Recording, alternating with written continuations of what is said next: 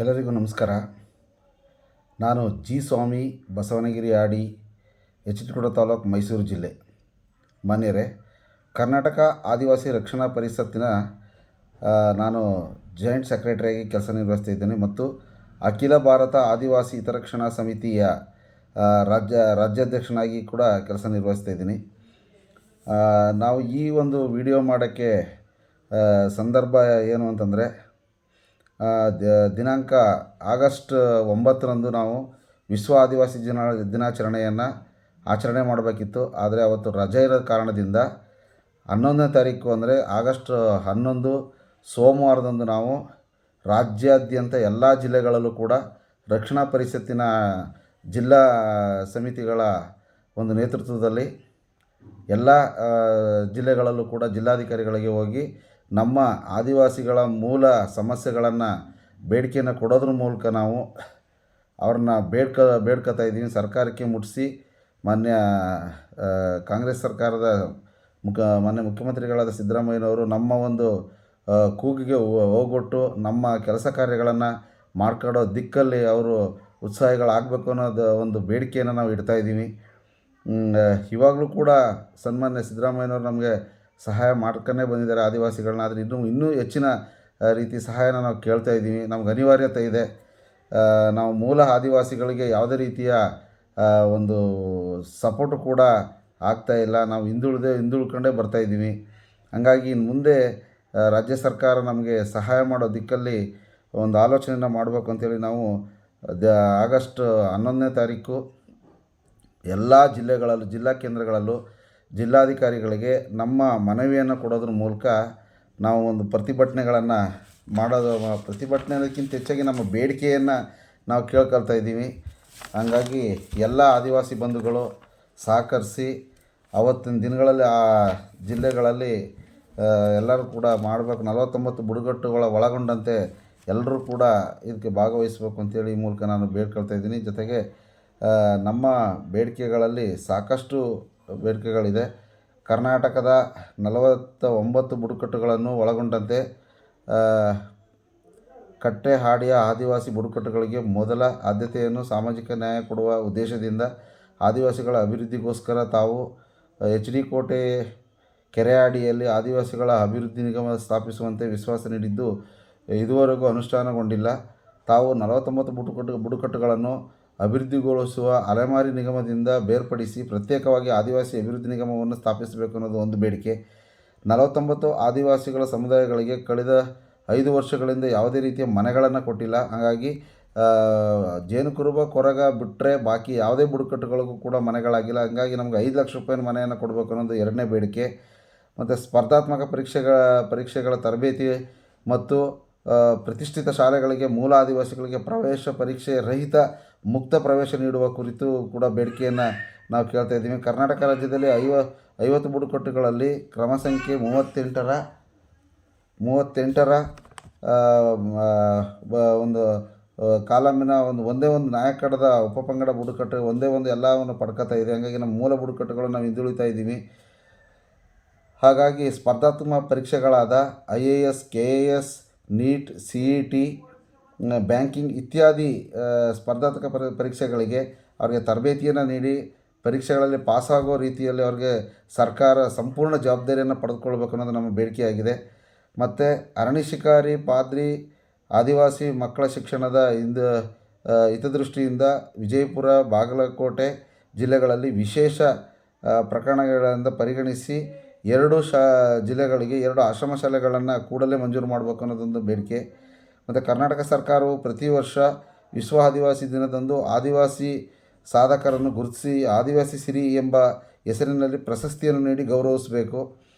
ಮತ್ತು ಕರ್ನಾಟಕ ರಾಜ್ಯ ಲ್ಯಾಂಪ್ ಸಹಕಾರ ಮಹಾಮಂಡಳಿ ಮತ್ತು ಮೈಸೂರು ಒಳಗೊಂಡಂತೆ ಇದರ ವ್ಯಾಪ್ತಿಯಲ್ಲಿ ಬರುವ ರಾಜ್ಯದಲ್ಲಿ ಎಲ್ಲ ಮೂಲ ಗಿರಿಜನ ದೊಡ್ಡ ಪ್ರಮಾಣದ ವಿವಿಧ ಸಹಕಾರ ಸಂಘ ಲ್ಯಾಂಪ್ಸ್ಗಳನ್ನು ಅನುದಾನಕ್ಕೆ ಒಳಪಡಿಸಬೇಕು. ಈ ಸಾಲಿನಲ್ಲಿ 25 ಕೋಟಿ ನಿಗದಿಪಡಿಸಿ ಆಯವ್ಯಯದಲ್ಲಿ ಘೋಷಣೆ ಮಾಡಬೇಕು. ಆದಿವಾಸಿಗಳಾದ ಅರಣ್ಯ ಹಕ್ಕಿನ ಸಂರಕ್ಷಣೆಗಾಗಿ ಬಹುಸಂಖ್ಯಾತ ಬುಡಕಟ್ಟುಗಳನ್ನು ವಾಸವಿರುವ ಪರಿಶಿಷ್ಟ ಮಟ್ಟ ಪ್ರದೇಶದಲ್ಲಿ ಅನುಸೂಚಿತ ಪ್ರದೇಶಗಳೆಂದು ಘೋಷಿಸಿ ಕೇಂದ್ರ ಸರ್ಕಾರಕ್ಕೆ ಶಿಫಾರಸು ಮಾಡಬೇಕು. ಕರ್ನಾಟಕ ರಾಜ್ಯದ ಪರಿಶಿಷ್ಟ ಪಂಗಡದ ಪಟ್ಟಿಯಲ್ಲಿರುವ ಚೆಂಚು, ಆಂಧ್ರ ಪ್ರದೇಶ, ತೆಲಂಗಾಣ ಇರುಳರ್, ತಮಿಳುನಾಡಿನ ಇತೋಡಿ,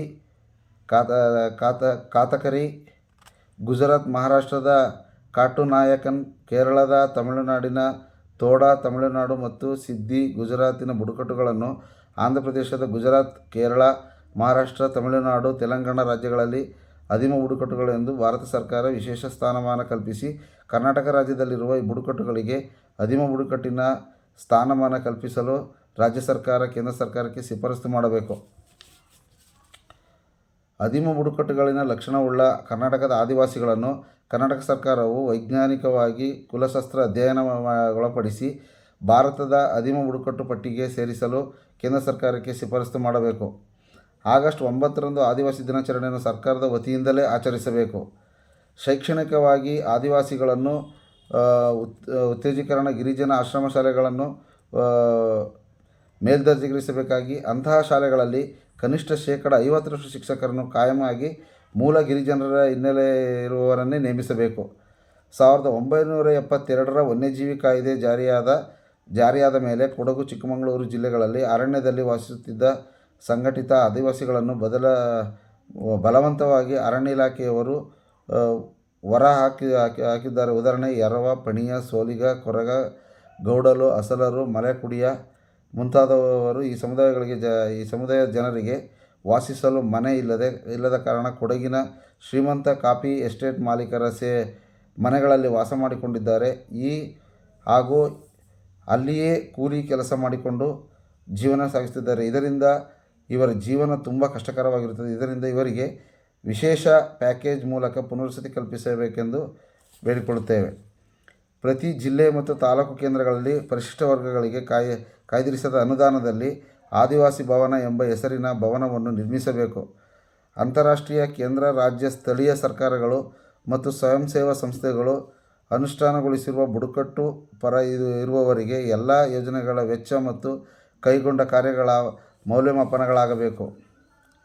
ಅಲ್ಪಸಂಖ್ಯಾತ, ಅಲೆಮಾರಿ ಮತ್ತು ಅಭಿವೃದ್ಧಿ ಹೆಸರಿನಲ್ಲಿ ಅರಣ್ಯದಿಂದ ಹೊರಹಾಕಲ್ಪಟ್ಟ ಆದಿವಾಸಿಗಳ ಏಳಿಗೆಗಾಗಿ ವಿಶೇಷ ಯೋಜನೆಗಳು ರೂಪಿಸಿ ಕಾಲಮಿತಿಯೊಳಗೆ ಅನುಷ್ಠಾನಗೊಳಿಸಬೇಕು.